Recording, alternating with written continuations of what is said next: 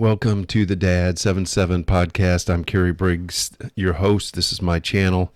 We are deep into a study of Revelations, and we are in chapter 13.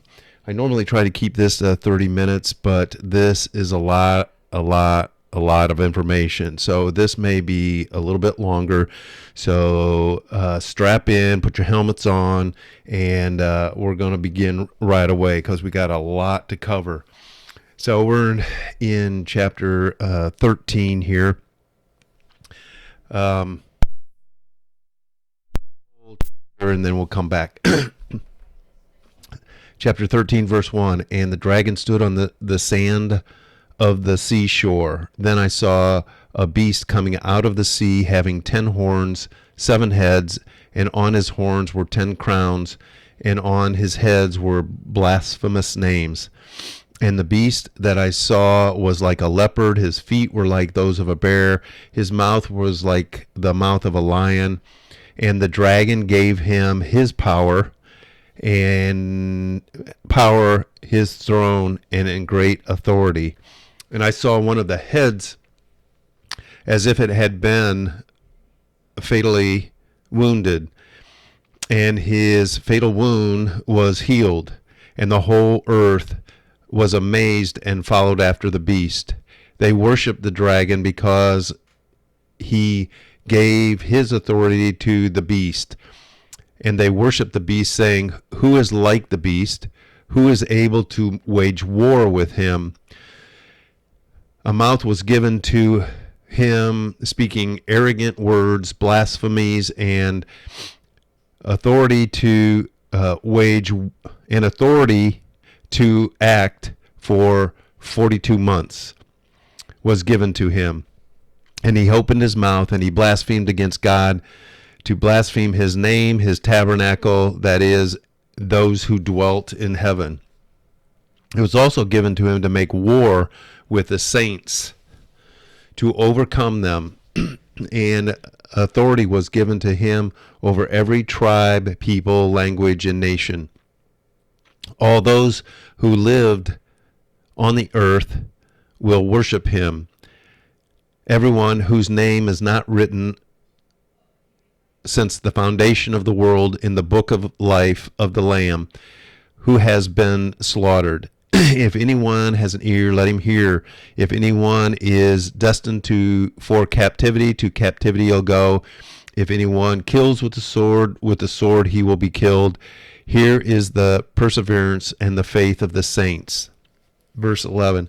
Then I saw another beast coming out of the earth or land, and he had 2 horns like a lamb, and he spoke like a dragon. He exercised all the authority of the first beast in his presence, and he makes the land, earth, and those who live on it worship the first beast whose fatal wound was healed. He performed great signs, so that even to make fire come down out of the sky to the earth in the presence of people. And he deceived those who lived in the earth because of the signs which he was given to perform in the presence of the beast, telling those who lived on the earth to make an image of the beast who had the wound of a sword and came to life.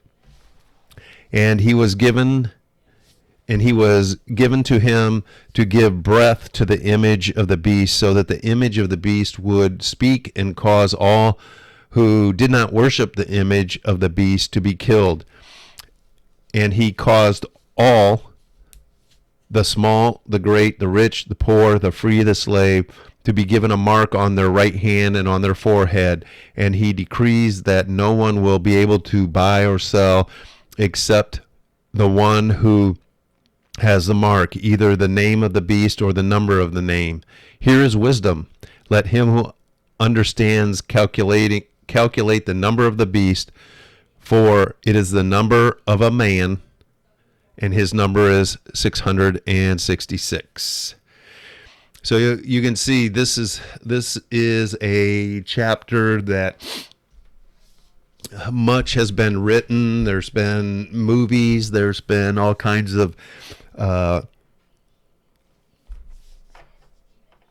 books and stuff written on these individuals. The popular view is that the first beast is the Antichrist, and the Antichrist that will raise in the tribulation in the last days. However, the word Antichrist is not found anywhere in Revelation. It's not found anywhere in Daniel. It's not found anywhere in the Olivet Discourse. Nor is it ever mentioned by Paul. The only mention of the Antichrist is in the epistles of John, the short epistles. And obviously this is written by John, and he is the only one who has mentioned them. If you go to 1 John, it's mentioned twice, and 2 John, he mentions it once. So I actually did a little research on this too. Who was John writing to in the epistles? And it was thought that there was no direct indication who he wrote to, but most people believe that he was writing to the churches in Asia Minor that we discussed in the beginning of Revelation, to the 7 churches. There was actually more churches in the area, but that's basically who he was writing to. If we go to 1 John 2, 18, and we're going to go to 22. 1 John 2, 18. Children, it is the last hour. Now remember, he's writing this right now. He's writing this, and when he gets done writing it, it's going out to the churches. It is the last hour, and just as you heard, the Antichrist is coming. Even now, many Antichrists have appeared. From this, we know that that it is the last hour. They went out from us, but they really were not from us. For they have been with us, they would have remained with us, but they didn't. They went out so that it would be evident that they were not of us. But you have an anointing from the Holy One, and you all know I have not written you to because you do not know the truth, but because you know it, because no lie is of the truth. Who is a liar except the one who denies that Jesus is the Christ? This is the Antichrist, the one who denies the Father and the Son. Okay? So, the popular view is that this is a one individual that's going to come on the scene, that he's going to take over the political realm, because the first beast, almost every thinking religious person who's done any studying knows that the first beast is political. So he comes on the scene, and he's a political person. So dispensationalists, which I was, believe that there is one individual who will take over all the world in that. However, John is writing to people of his present day, and he wrote this epistle. And let's go back, because I want to repeat this. So John right here is saying it's not one individual. The Antichrist is not one individual. It is who? It is anyone who denies God and denies Jesus as being his son. They are Antichrist. So, technically, the beast is Antichrist because they are against God, they are against Jesus. But it should not be used as a singular individual. Now, I have in all my studying and everything like that, I do believe that there is in fact some duality to Revelation, in that what he is saying and what he is speaking, is it possible that in the end times, which we're cruising on, and I'll show you why, that it could be one political individual? Possibly, because if you think of the dragon, and the dragon is Satan, we've already discovered that he sometimes can't help himself, and if he feels that he can embody an individual and take over everything, he is going to try and do that. But here, the beast is something different that we're going to talk about. Let's go to 2 John. 2 John. Where are you at? There you are. 2 John. And verse 7. 2 John 1, verse 7. For many deceivers have gone out into the world, those who do not acknowledge Jesus as the Christ in the flesh. This is the deceiver and the Antichrist. Again, he is not pointing to an individual. He's pointing to anyone who does not acknowledge Jesus Christ as coming in the flesh. They are the Antichrist.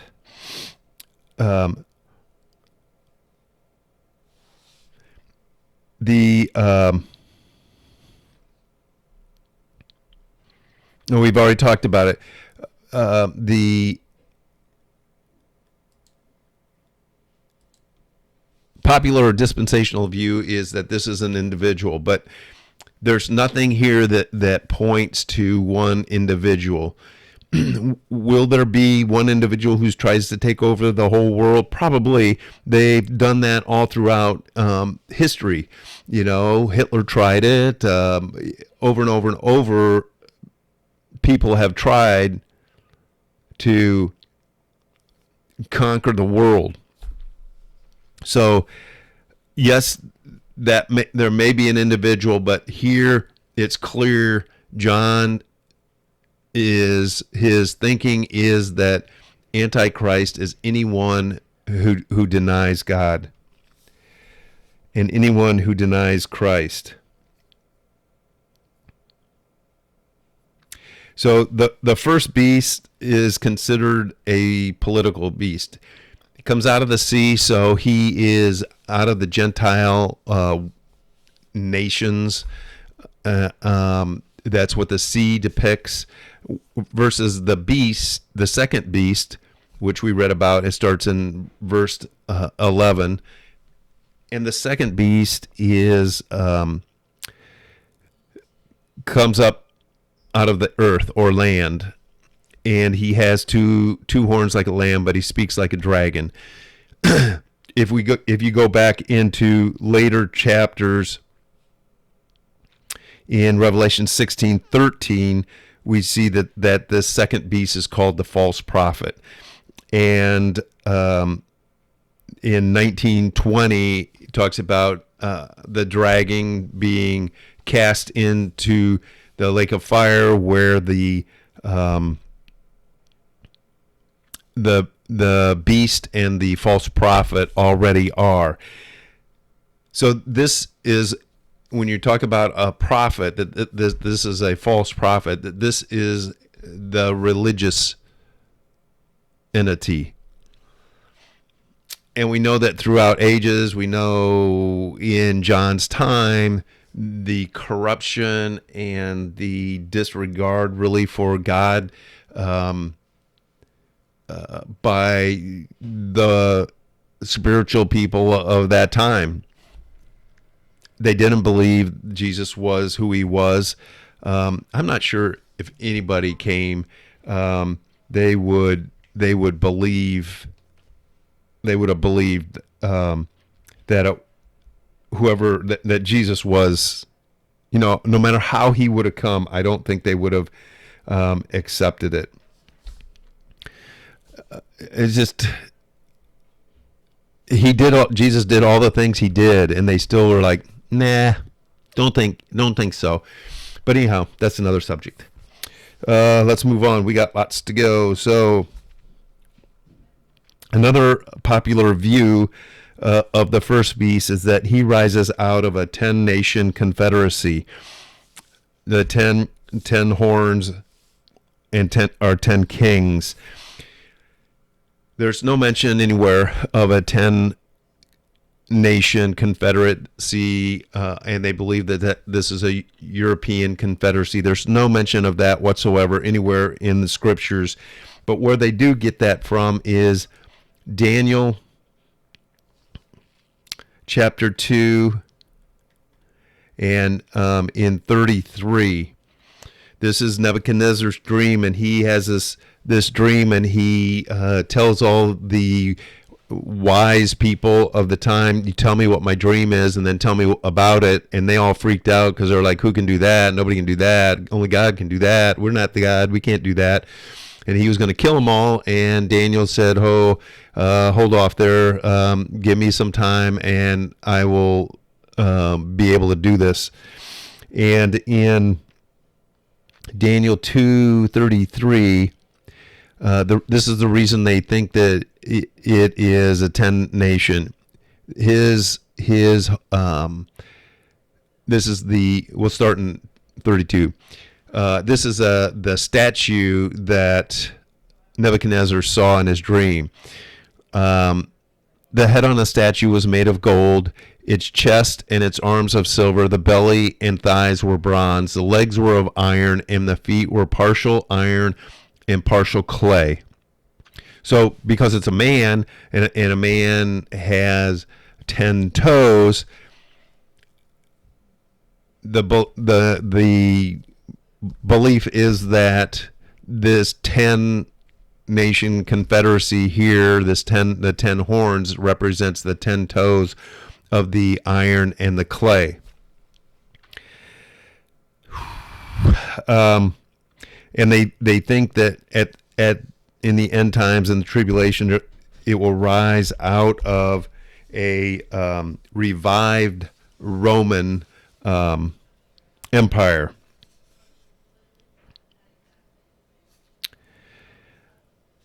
So the interesting thing is, see where we at? We're in Daniel 2. So in Daniel 2, if you go down to 44 and 45, this is the an interesting thing that it's kind of like a little side road, but I'm going to do it anyhow. In the days of those kings of God, in those days of the kings, the God of heaven will set up a kingdom. What is he talking about? This is right after the description of the statue. God of heaven will set up his kingdom, which will never be destroyed, and that kingdom will not be left for another one. It will crush and put an end to all these kingdoms, but it will itself endure forever. Just as you saw that a big stone, was broken off of the mountain without hands, and it crushed the iron and the bronze and the clay and the silver and the gold. The great God has made known to the king what will take place in the future, so that the dream is certain and the interpretation is trustworthy. So this was the interpretation of the dream that Nebuchadnezzar saw, and basically that these kingdoms would be crushed, and a lot of people, clay and iron obviously doesn't mix, so it was considered not very weak, or it was not very strong. but weak, and that this mountain crushed all these kingdoms, and this mountain is the kingdom of God that was established when Jesus came. So this is a little bit of a messianic scriptures here, prophecy. It's interesting too that if you look at it, I remember this from college a long time ago, that the feet of iron and clay was considered a divided kingdom, and at one point the Roman was divided. They had the Roman and their influence, and then Constantinople, I believe, was the other area that had control over the eastern part, or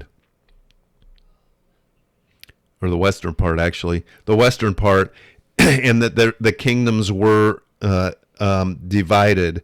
And it was at that time that Jesus came and did his thing, and that Jesus would be the one who destroyed all these kingdoms, and his kingdom would be established forever. And we know that that's true. I mean, if you're a Christian, you know that Jesus' kingdom is forever, right? Right. Okay.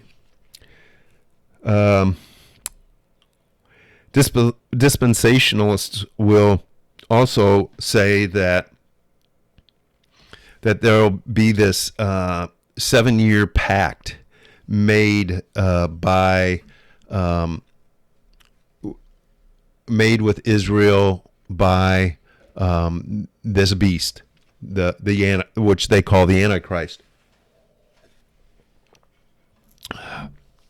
And that at 3.5 years, he will break that covenant with them, and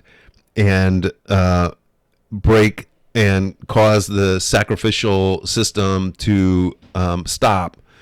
And there's a lot of things. There's a lot of things that all go into that. And the thinking is that he makes a pact with Israel, and that Israel rebuilds the temple, although there's no indication that they would rebuild the temple in the New Testament. But they rebuild the temple, and then he makes this pact with them. So they redo the temple. They start sacrifices, but in 3.5 years, he says, "Well, I'm now in charge, and this is all done." And he goes into the temple, and he sets up an image of himself, and that causes the sacrificial system to be done away with. And where do they get this? They get this concept in Daniel 9 in the 70 weeks. And in Daniel 9, the 70 weeks, and it says, I had this marked. Okay, here we go.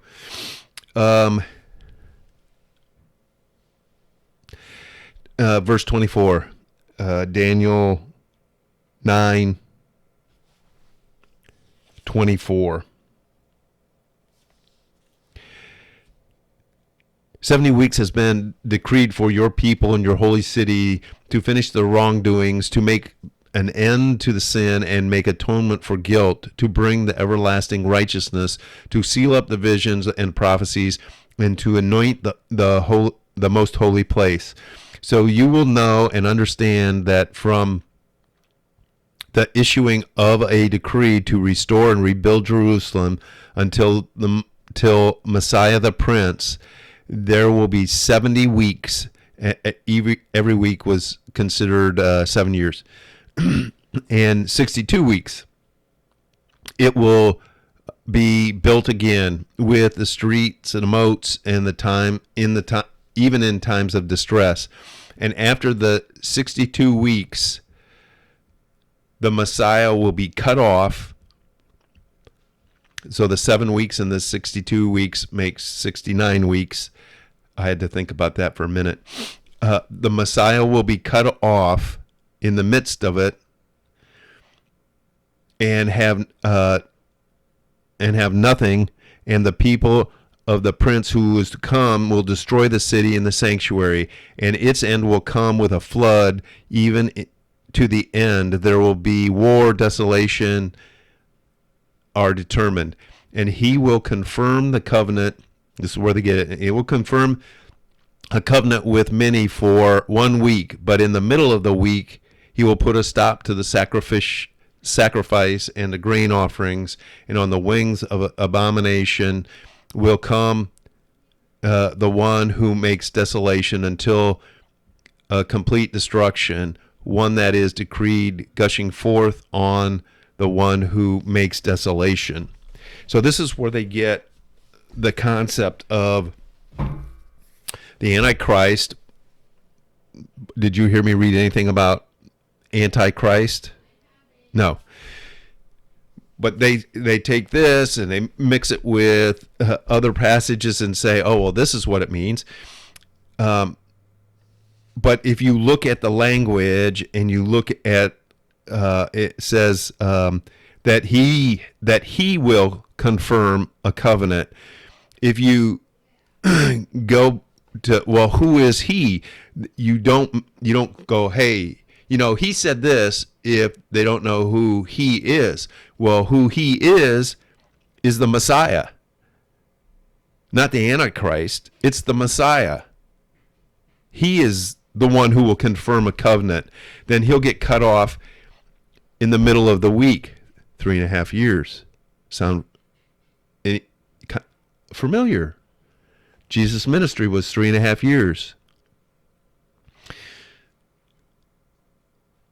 And they and we'll talk about this in a little bit, but they say, well, the Antichrist is the one who breaks the covenant. He sets up the image in the temple. We'll talk about that. And then sacrifices stop. But here it says that he will confirm the covenant, and in the middle of the week, the middle of the 7 year, he will be cut off. That's what happened to the Messiah. The Messiah made the covenant. The Messiah got cut off at 3.5 years. And Messiah is the one who stopped the sacrificial. He did it. He was the sacrifice for all. There's no longer a need for any other sacrifice because he was pure, holy, and he's the one who sacrificed himself in the middle of the week. And so there was no need to continue with the sacrificial system because he completed it. He finished it. It's done. Don't need it no more. Sorry if that rubs you the wrong way, but that was his purpose, was to come and be the one who died for all, and nothing else need be done. So obviously that's a lot different than what the dispensationalists will say. And trust me, I know what dispensationalists say because I was one. So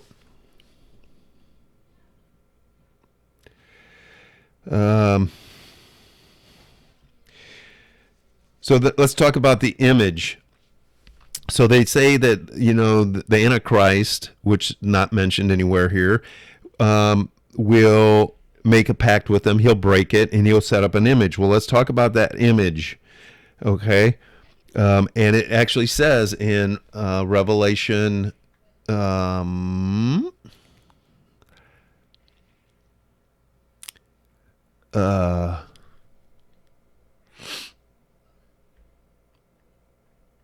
is it here? Okay, so it says in Revelations, and it was given to him to breathe life into the image.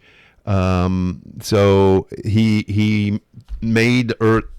He, the second beast, made them to make an image of the one whose head, the one who was fatally wounded but survived, and then worshiped him. Okay, there's nothing here that says anything about a temple. In Daniel, there's nothing here that says anything that this will be in the temple. Nothing. So what is this meaning then of the image and the beast? If we go to verses 14 and 15. Oops, got to get in the right. 14:15, and he deceives those who live in the earth because of the signs which he was given to perform in the presence of the beast, telling all those who lived on the earth to make an image of the beast who had a wound and a sword. And he gave a breath to the image, the beast, so the image of the beast would even speak and cause those who did not worship the beast to be killed. So we have the image, but we don't have the temple. This image could be anywhere. It could be in Rome. It could be in England. It could be in Tahiti. It could be anywhere. There is nothing here that says that it is in the temple. So where do you get that? They get it from two verses in Thessalonians. Second Thessalonians 2, verse 3 and 4. 2 Thessalonians 2, verse 3. No one is to be deceived, to deceive you in any way, for it will not come unless the apostate comes first. The man of lawlessness is revealed, the son of destruction, or some translations will call this the son of perdition and the man of lawlessness. Until they come, is revealed as son of destruction, who opposes and exalts himself above every so-called God or object of worship, so that he takes his seat in the temple of God, displaying himself as being God. Here we have a temple, but no image. We have the man sitting in the temple. Not an image. It's a man. And this was some of the things that I always went like, how are we connecting these things? So he sits there. So if we go to Corinthians, so there is no image in the temple of God. But let's go and talk about the temple of God is, Paul mentions it 3 times. And we're going to look at those. Are you ready? 1 Corinthians 3:16. Do you not know that you are the temple of God and that the Spirit of God dwells in you?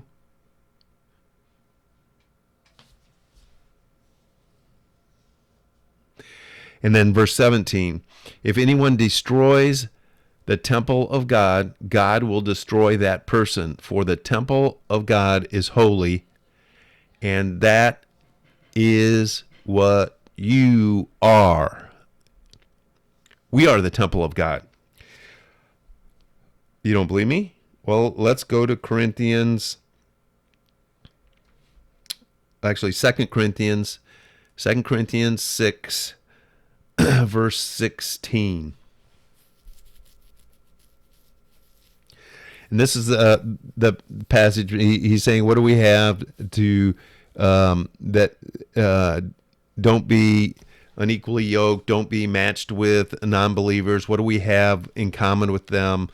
And then in verse 16 he says, or what agreement does the temple of God have with idols? For we are the temple of the living God. We are the temple of the living God. And the third time that he mentions it is in 1 Corinthians 3:9. And he says, For we are God's fellow workers. You are God's field, God's building. We are his building. We are the temple. We are the temple. So if there's a man sitting in the temple, in the temple of God, that this would mean that this man or this person is sitting in the church. We're the temple of God. It's not talking about the temple, and in no place ever does Paul use the term temple of God to refer to the temple in Jerusalem. Nowhere. The only temple of God mentioned is that the temple is you and me. It's weasons.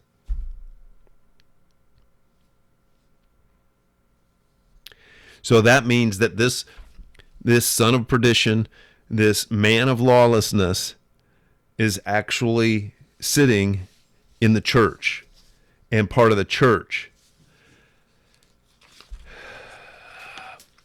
We're getting there. I only have 2.5 more pages to go. So this is some interesting things that to consider that may be a lot different than what you've heard. You've heard and you've seen the Left Behind series, or you've read them or something like that. That's a dispensational point of view of the end times, and I think that throughout this teaching we've actually showed that there's a lot of assumptions, a lot of incorrectness in that teaching. And we are going to continue. So the first beast is out of the sea.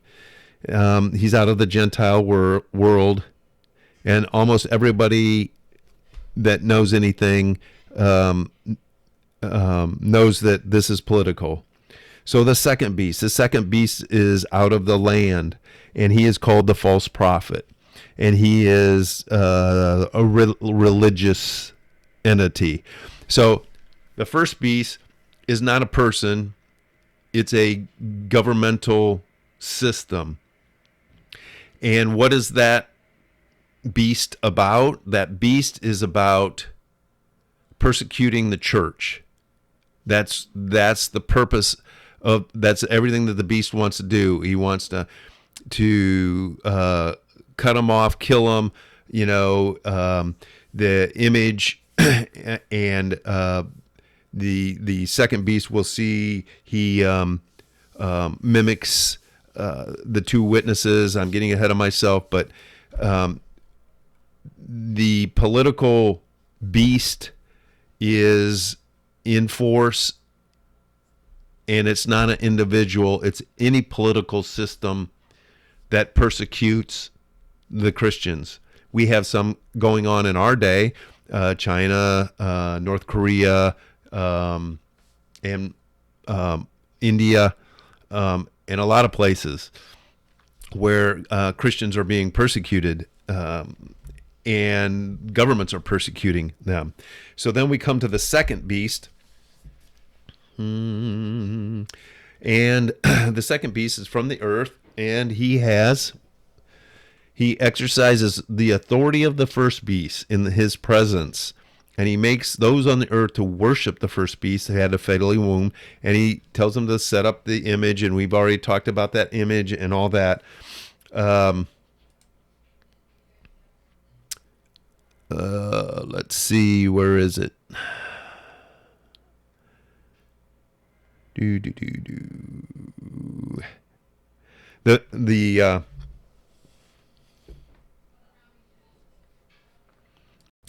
Actually, we're going to back up just a tad.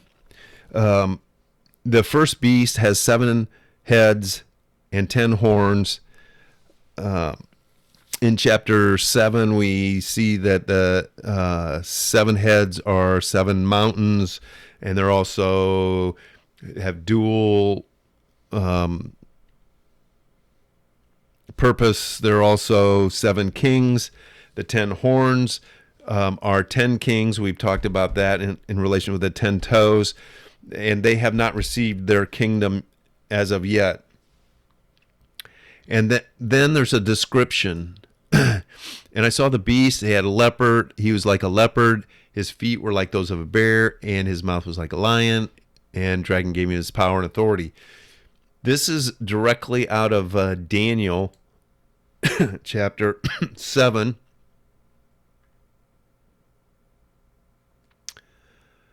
Verse 4. Daniel, a great beast coming out of the sea, different from one another. The first, so he has 4 beasts coming out of the sea. They were different. The first one was a lion, but had wings of an eagle. It kept looking until the wings were plucked, and it was lifted up on the ground, set on 2 feet like a man, like a human. And a human mind was given to him.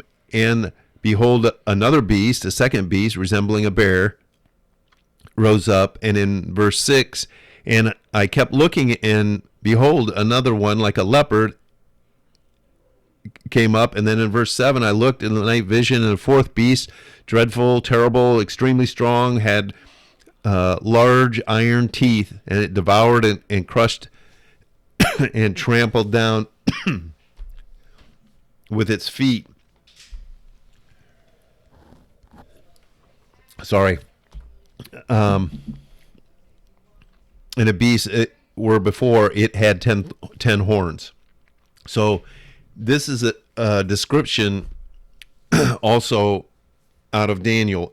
In Daniel's time, these were 4 kingdoms. The first one, the lion, was Babylon. The bear was the Medes and the Persians who conquered Babylon. And then the third one, the leopard, was the Grecian kingdom, Alexander the Great, who took over the Medes and Persians. And then the Roman Empire, the fourth one, is the Roman Empire. It was the teeth of iron who came in and crushed it. So we see here that in Revelations, it pulls from Daniel's vision way back there, and some of that vision was actually told Daniel to seal it up.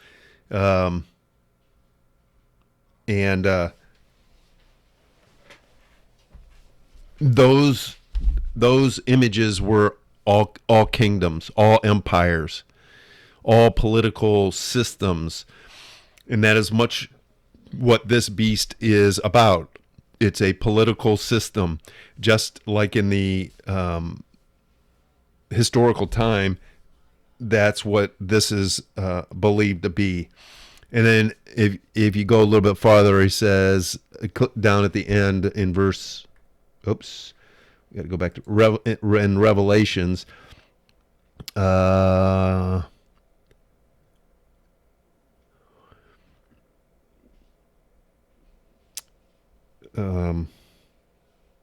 In verse 18, it says, "Here is wisdom. Let him who has understanding calculate the number of the beast, for that number is the number of a man, and his number is 666. And there's been a lot of speculation on this, who this is, and all that. I've heard Ronald Reagan, when Kennedy was shot. I heard that. I heard once Jimmy Carter. Then there was someone else I can't even remember. They figured it out, and it's 666. It's 666. But John is writing to, the 7 churches and the churches in Asia Minor. How could that possibly mean someone other than a contemporary individual? How could it possibly mean Ronald Reagan? They had no idea who Ronald Reagan was. They had no way of calculating and coming up with, it's Ronald Reagan. You see what I'm saying? This is meant to be for the readers in the first century to ascertain who this is. And if you calculate that number, it basically comes out to Caesar Nero. And and he greatly persecuted the church in Rome and throughout the Roman Empire, particularly in Rome, but very much so everywhere. We talked about that. So the seven heads are the seven, it's like the total governments. It's the complete government system whose purpose is to come against God and God's plan, and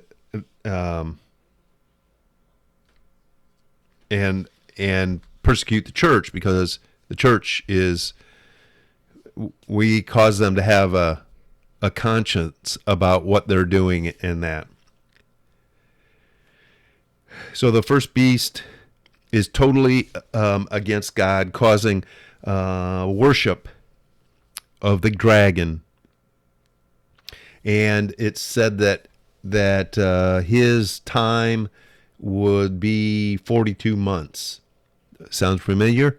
42 months. Again, the 42 months, the 1260 days, the times and halftime that we've been talking about is the time of the Gentiles, the time that the Gentiles tread on Jerusalem. It is the age of the church from 70 AD on to the end of the world and the second coming of Christ. Excuse me. So the second beast then is out of the land. He has two horns like a lamb, mimicking Jesus being the Lamb of God that was slain for the foundation of the world. And he looks like a lamb, but he talks like a dragon. And all authority was given to him of the first beast to make everyone worship the first beast. In other words, worship the governmental system and do what and do what the beast says. So it is in concert, the religious and the governmental working, and the religion saying, hey, do what the government tells you. Hey, get on board. Hey, you gotta follow this, not follow God, but follow this. This has become the new God. This is the second beast. This brought me to an interesting thought, and I'm debated on whether or not to go here, but I decided. Well, actually, I took counsel with someone that I trust very much, and he said, "Go for it." So, the second beast, the religious, causes everyone to worship the first beast, the government. We just had a trial run on that. The trial run on that was COVID-19. And, the government came down with all these edicts. You got to do this. You got to do that. You can't do this. You got to stay away from here. You got to do this over here. You have to get vaccines. You got to do all this stuff. In the church, a lot of churches were right there with them and were declaring, hey, that they're saying wear masks. They're saying don't congregate. Don't have church. They're saying get your vaccines. They're saying do all this stuff. We need to do all this stuff. And the church is pushing saints to do what the government, the beast, is telling them to do. And did it work? A lot. A lot. And this wasn't just in America. This was worldwide. Globally, this was happening. It's a scary thought. If you don't think we're in the end times, get your head out of the sand, you little ostrich, because We just went through a trial run of the church pushing people and not going to God, not believing God, not saying, God, what should we do? God, you be our protector. Not saying those things, but saying, oh, the government will do it. Do what the government says. The government is right on. Do what the government says. So the question with this, in this whole scenario of the first and second beast, is, do you trust God or do you trust government?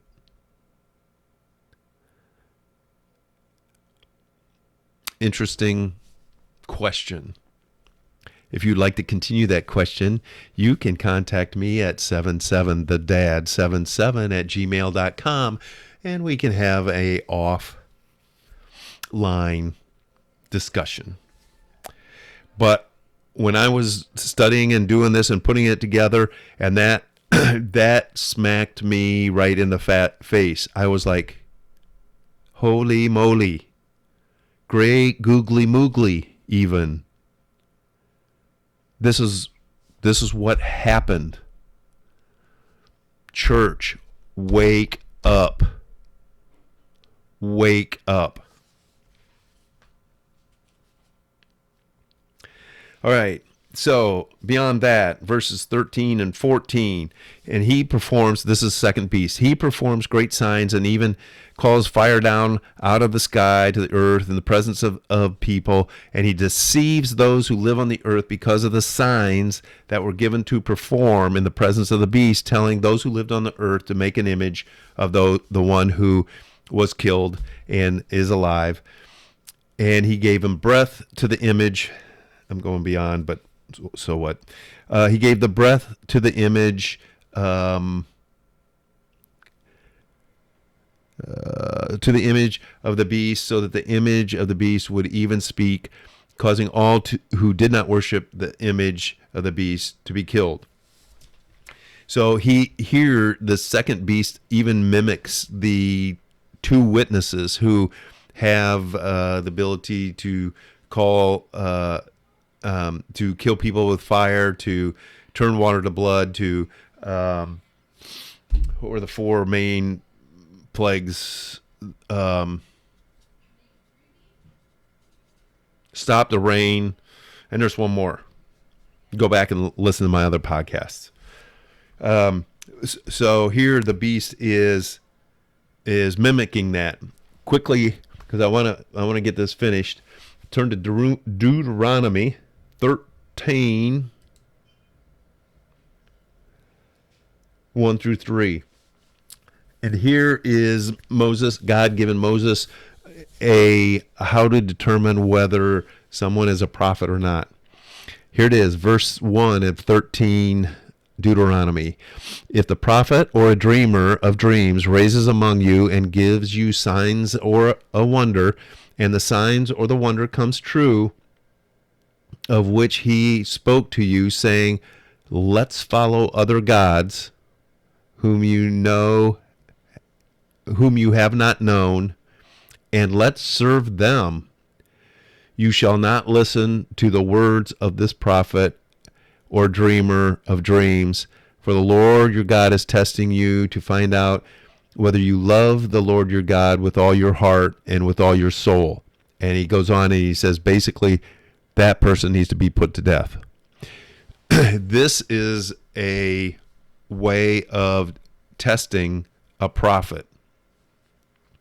He can do all these signs and wonders. There's been many other religions have miracles happen that could have been of God, could have been of demons.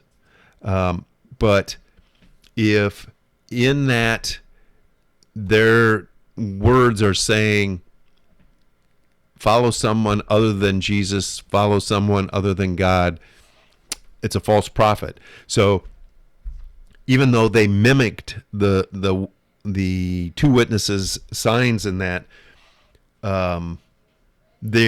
what's their message? Their message is worship the first beast, and the first beast is worship the dragon. So by that you know that they're a false prophet. So then there's down here where it talks about a mark on the hand or the forehead. And a lot of speculation on that. When I was growing up, it was, a tattooed laser that you'd look at under black light. Then we got to chips in the hand or in the head, and it was supposedly there because it made for better use and better charging, recharging, and all that.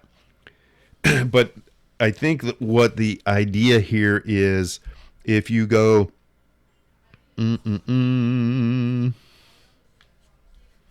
to chapter 14 of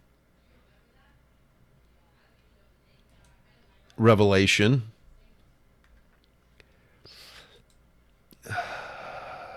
Sorry, I didn't have that much room on my computer.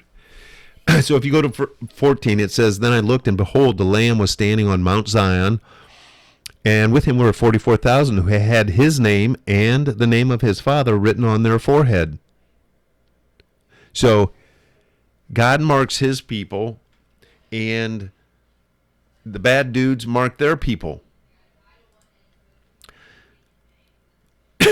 So what is that? Is this a permanent mark? Well, this is a concept that the Romans and the people of that time would really understand. Is if a slave ran away and was captured and came back, he was branded on the hand or the forehead, so that everybody knew that, one, he tried to run away, and two, who he belonged to. So it's kind of the idea here. The 144,000 have Jesus' name and his father's name on their forehead. I highly doubt that they actually have tattoos, and we certainly, as Christians, don't have tattoos on our forehead or our hand. But the hands symbolize, let's go, Deuteronomy 6, verses 6 through 9. "And these words which I command you today, you shall be in your heart, and you shall repeat them diligently to your sons, and speak them when you sit in your house, and when you walk on the road, and even when you lie down, and when you get up. And you shall tie them as a sign on your hands, and they shall be as front lot, or between your eyes, on your forehead, and it shall be written on the doorposts of your gate." Some Jews make this literal, but I think what God's saying here is your hands and your actions. Your actions, I want your actions to be my actions, what I want you to do. On the forehead, I want your thoughts to be my thoughts. And in Romans, Paul basically says, look, you have to serve somebody. You either serve, it's in Romans 6. Let's go there real quick, because I am pushing time and I want to finish this. Romans 6:15 and 16. It says this: "What then? Are we to sin because we are no longer under the law but under grace? Far from it. Do you not know that the one whom you present yourself as a slave for obedience," meaning whether that's good or bad, "you are a slave to that one whom you obey, either a slave to sin, resulting in death, or obedience, resulting in righteousness." We always want to say, how do you divide the world? Well, there's the haves, the have-nots, and, all different kinds of scenarios like that. But basically, there's the with God, not with God, with sin, with obedience. That is the separation of the world. That is the wheat and the tares. This is the division of the world, is who do you obey? And so your actions, what comes out of your hands and what comes out of your mouth from your head, shows whose you are. Are you God's, or are you sin and lawlessness? And I think that this is what it means. And then it says, about can't buy or sell. Well, that is more. I mean, could that possibly happen? Sure, because if you're not following these beasts and doing what they're saying, just like the church has done in the past, to like the Waldensians and that, who wanted to believe the Bible more than the papal church. The papal church persecuted them, hunted them down. You couldn't buy their stuff. You couldn't sell stuff to them. They killed them. They did all the stuff. So this is something that has happened throughout history because they disagreed with the false prophet and the first beast. So there's a lot of things here, and I think that there's some duality here. I think that there is a some of these things are yet to come, but most of these are misinterpreted and not along the lines. Things are stretched so far. Verses are put together, and it's like, well, how did you get that? How'd you make that jump? And I think that this is a lot clearer and more defined, and the meanings are based on Scripture, not based on, well, I think it's probably this. So I went way over. This is going to be a long one, but hang in there, and hopefully we will get these all in. This finishes chapter 13 and is the last chapter containing the 42 months, the 1,260 days, the times, and half times. And it is a completion of the small book. And in chapter 14, we go back then to the main theme of Revelation, which is the destruction of Jerusalem AD 70. Sorry it was long. I hope you got something out of it. Out.